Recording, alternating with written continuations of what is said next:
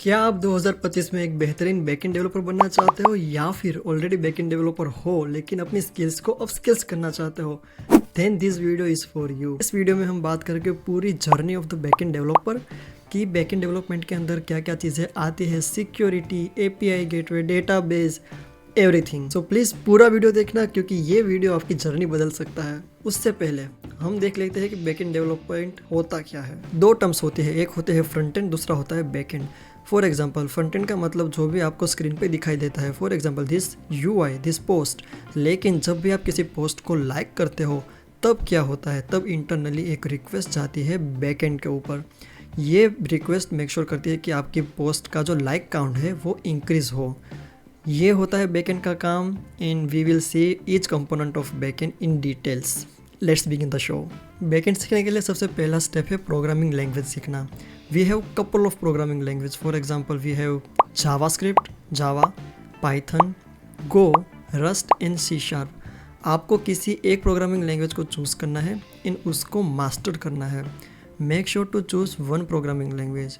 For example अगर आप जावा choose करते हो तो सबसे पहले जावास्क्रिप्ट आप सही से मास्टर करो, उसके बाद ही किसी और लैंग्वेज के ऊपर आप शिफ्ट करो। Because you can not master everything at once, right?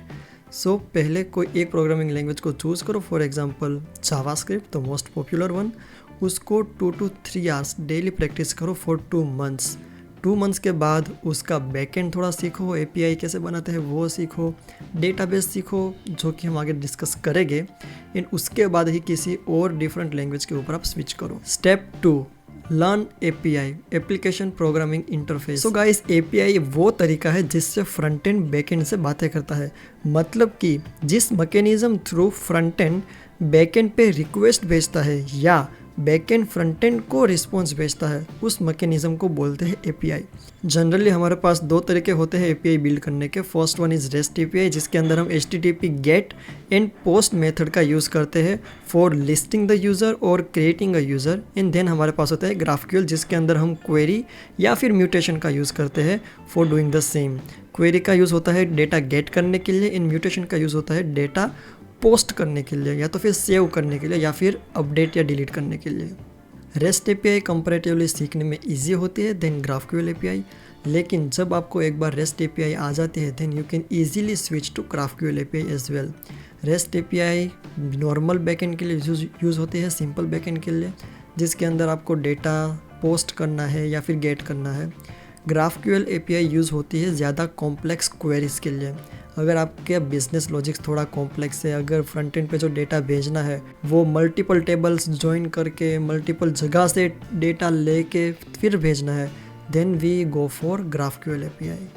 But the main question is कि ये जो डेटा है वो आता कहाँ से है, इन स्टोर कहाँ पे होता है, जिसका आंसर आपको ऑलरेडी पता होगा, डेटाबेस, जिसको शॉर्ट में डीबी भी बोलते हैं। डेटाबेस के अंदर हम हमारा एप्लीकेशन का डेटा स्टोर करते हैं। एंड जनरली हमारे पास 2 टाइप्स के डेटाबेस है। फर्स्ट डेटाबेस है उसको बोलते हैं एसक्यूएल, मतलब कि जिसमें हम टेबल फॉर्मेट में डेटा स्टोर करते हैं, for example Postgres and MySQL.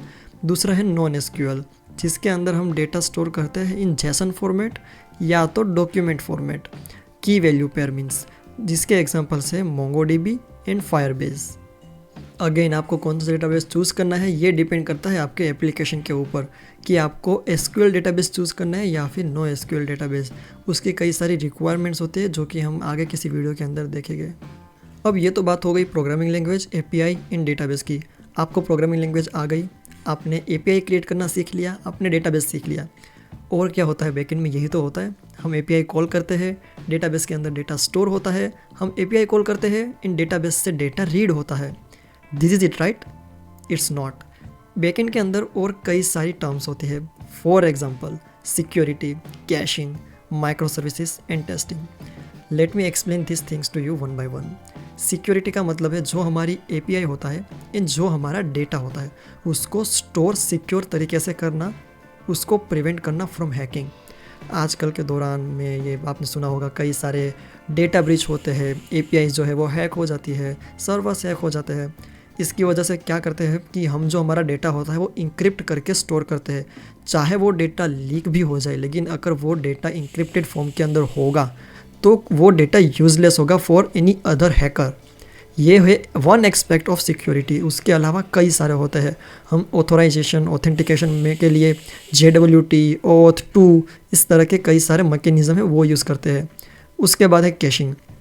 Caching mainly use होता है डेटा कैश करने के लिए। नाउ कैशिंग की ज़रूरत क्या है, एक एग्जांपल देता हूँ मैं आपको। आप एक हॉलीवुड की मूवी देख रहे हो जो कि स्टोर्ड है इन सर्वर ऑफ USA।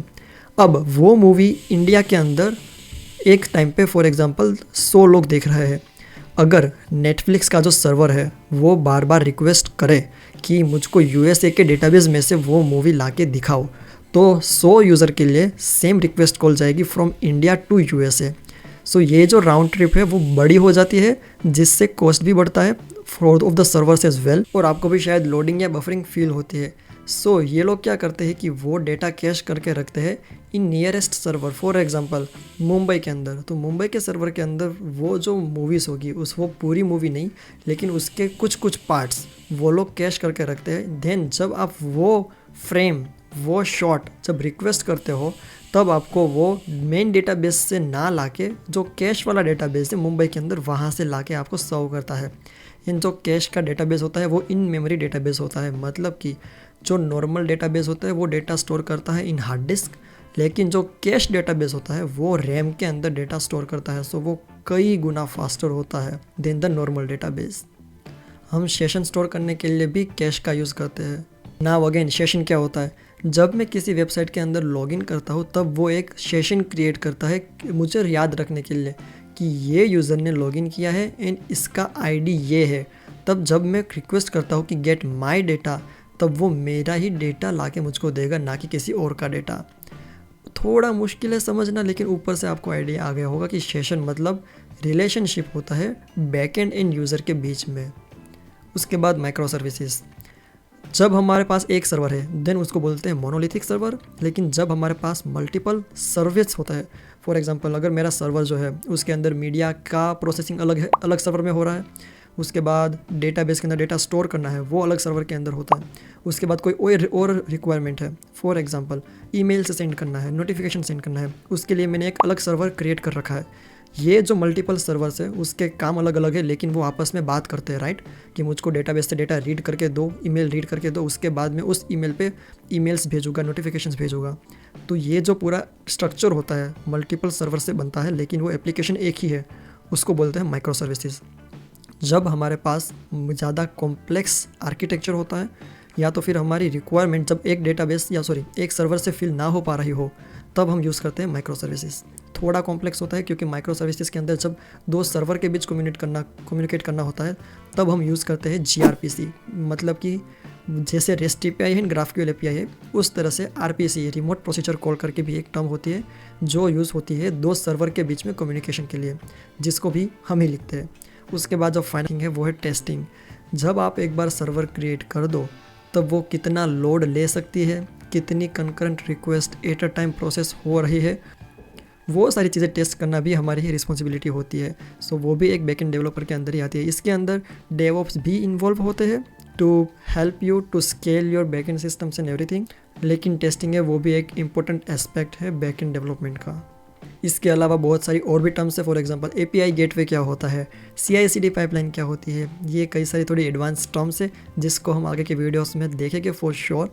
लेकिन बैकएंड डेवलपमेंट ओवरऑल मोटा मोटा यही होता है। हम प्रोग्रामिंग लैंग्वेज सीखते हैं, API बिल्ड करना सीखते हैं, डेटाबेस के अंदर डेटा स्टोर करना सीखते हैं, एंड उसके बाद फ्यू टर्म्स फॉर एग्जांपल ये सिक्योरिटी, कैशिंग वगैरह।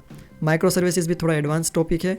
एंड टेस्टिंग जैसे मैंने आपको बताया कि हम लोड टेस्ट करते हैं, API को टेस्ट करते हैं कि वो डेटा सही से ला रही है कि नहीं। अगर हमने शॉर्टिंग का फीचर दे रखा है तो वो डेटा जो है वो शॉर्ट होके आ रहा है कि नहीं। ये सारी चीज़ें होती है टेस्टिंग के अंदर। तो बस यही होता है बैकएंड डेवलपमेंट। कुछ हार्ड नहीं होता, लेकिन आपको स्टेप बाय स्टेप सारी चीज़ें सीखनी पड़ती है। Again thanks a lot for watching this video. And काफ़ी मेहनत जाते हैं एनिमेशंस वगैरह क्रिएट करने के लिए। So please don't forget to like, comment and subscribe this channel. और सारे कंटेंट्स मेरे दिमाग में है अभी कि किस तरह से मैं आपको हेल्प कर सकूँ in your back and development journey.